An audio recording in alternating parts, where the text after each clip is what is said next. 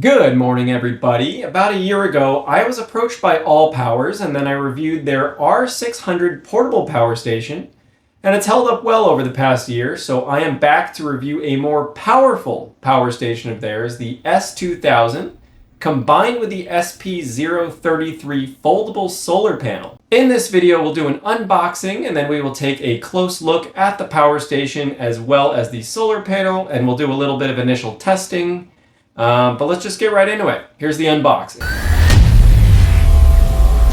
As we open the box, on top is the instruction manual and warranty card. Next, we've got an accessory bag. And in here is an AC wall charger as well as a DC car charger. And that's it. And then also I found a cover bag for the power station.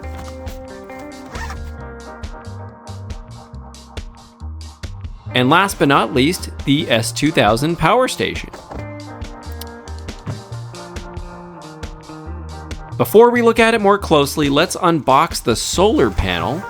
There it is. I tried opening it up to see what it looks like.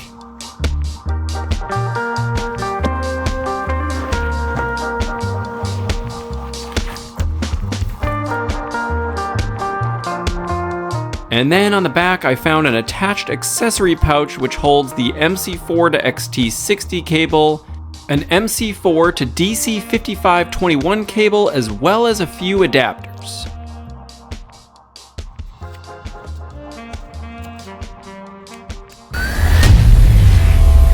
So this is the S2000, not to be confused with the S2000 Pro.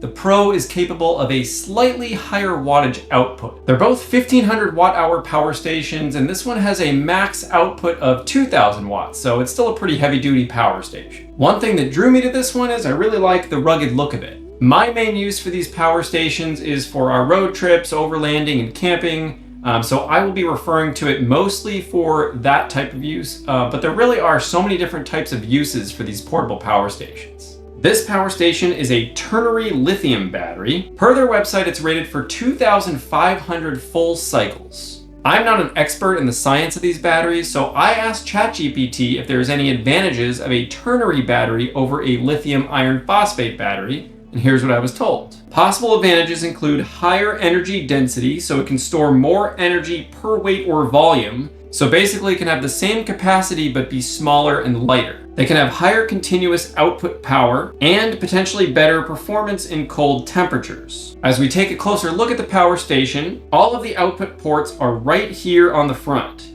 So this one has 4 AC plugs rated for 2000 watt max output.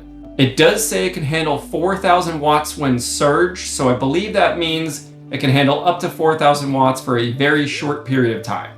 Below that on the left side is one of these DC outputs, which is rated for 13 volts or 10 amps. Then we've got 2 USB-C ports and 4 USB-As. Both USB-Cs are rated for output of up to 100 watts. The 2 top USB-As are rated for up to 12 watts, and the bottom 2 are rated for up to 18 watts of output power. And then over here is the unit's power switch, as well as the power switches for the AC ports and the DC port. In here is the XT60 port for solar charging, but we'll get more into that in a little bit with the solar panel. That's pretty much the rundown of it. The website says it weighs 32 pounds, but my scale says 28.5.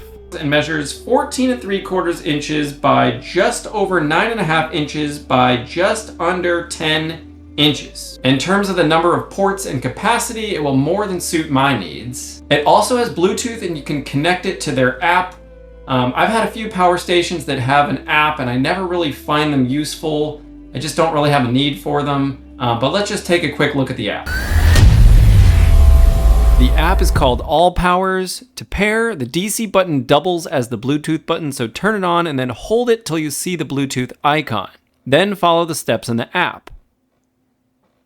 This was the first time I tried pairing it, and it connected instantly. The app is super simple. All you can really do is turn on or off the power to the AC and the DC, and you can also change the hertz from 50 to 60. I don't really know what that means. After my first test with the app, I closed out of it and went back in, and it was having a little trouble reconnecting. It was like I had to end up repairing my phone with the power station. It didn't take too long to repair, but I could see how that would get annoying. Either way, I just can't really picture a situation where I would need the app to turn those on or off. Anyways, let's continue on. All right, now for the solar panel. This is a 200 watt foldable solar panel. When folded up, it's about 20 inches by 25.5 inches, and unfolded, it's over 7 feet long at just about 88 inches. I'm assuming each one of these 4 panels is 50 watts. Again, the website says it weighs 15 pounds, but my scale says 13.4. One thing I like that we already kind of talked about in the unboxing is that it includes multiple options for charging cables with these connection adapters. So it includes more than just what you need to charge the power station. Also, it's advertised as being waterproof, rated at IP66. All right, let's get into some testing. It is November in Washington State, so I was lucky to have just a little bit of sun so I could test out the solar panel. When the sun came out, I literally stopped what I was doing and rushed out there. So I set it up in the only place that had a little bit of sun. I connected the solar charger to the MC4 connectors in the solar panel and then plugged it into the power station. It immediately indicated that it was charging, and as you can see, we're only getting about 20 watts. This is because a sunny day out here this time of year usually still means that it's mostly cloudy. So with a giant cloud blocking the sun, I could get anywhere from about 15 watts to about 60 watts of input. I waited a bit and the sun finally peeked through the clouds and the input started climbing up to about 160 watts. But as you can see, the cloud came back in and then it dropped back down. And then the clouds got a little thicker and you can see, of course, that we're getting a very little bit of charge. So this is pretty obvious, but this just shows how important direct sunlight really is. I'll have to really test the solar panel a little bit more, but it clearly does work. I'd love to see how close it would get to 200 watts on a clear sunny day. In terms of testing the power station itself, one, I bring my hot logic to heat my lunch in the car, and it's perfect for that since my car's DC outlet doesn't run when the car is off. Two, I needed to fill my wife's tires with air, and it was the perfect solution for powering the air compressor. Besides that, I got it down here with me with a bunch of things, and we're going to test it out and see what it can handle. We'll start simple and just plug a phone into one of the USB-A's. That's only giving us 7 watts of output. I'm gonna add a tablet into one of the USB-C ports. Now we've got 25 watts. Let's step it up a little bit. I'm gonna plug in a 12-volt fridge into the DC port. Still only around 60 watts. Let's try charging the Allpowers R600 power station with this Allpowers S2000. That's pulling some more, but still not enough.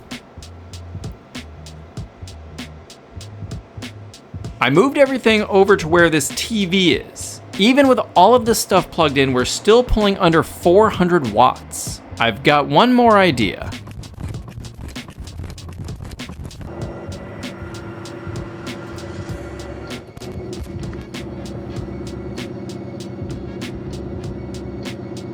As you can see behind me, some Pacific Northwest weather in the fall. But anyways, I was trying to push that thing to its limits there, but I still only got it up to about 1,000 watts of output power. But that is pretty crazy to me that I was just able to charge a phone, charge a tablet, charge another power station, run a fridge, power a TV, and run full speed on a treadmill, all on that power station. I know I didn't quite push it to its limits of 2,000 watts of output power, but I was kind of running out of things to plug in. I didn't really know what else to plug in. I'm sure if I looked close enough, I could have found a few more powerful things, but I think that was a pretty good test. So of course, this is just an initial impression. I've only had it for a couple of weeks, and my use of it so far has been limited, but I haven't had any problems. It works great. I haven't decided if I will make a follow-up video maybe next year. I think it just depends if there's really anything to update. If it just continues to work as expected and there's really no new findings, I probably won't. I'm definitely excited though to utilize this power station along with the solar panels next summer during my prime camping season. The fact that it does have pass-through charging and allows you to charge the power station on solar while you're using the power station is definitely a huge plus. If you did find this video helpful, please hit that like button and consider subscribing to my channel. If you do have any questions about this power station, the solar panel, or anything else, leave a comment below and I will do my best to answer. That's it for now. Thanks for watching. See you next time.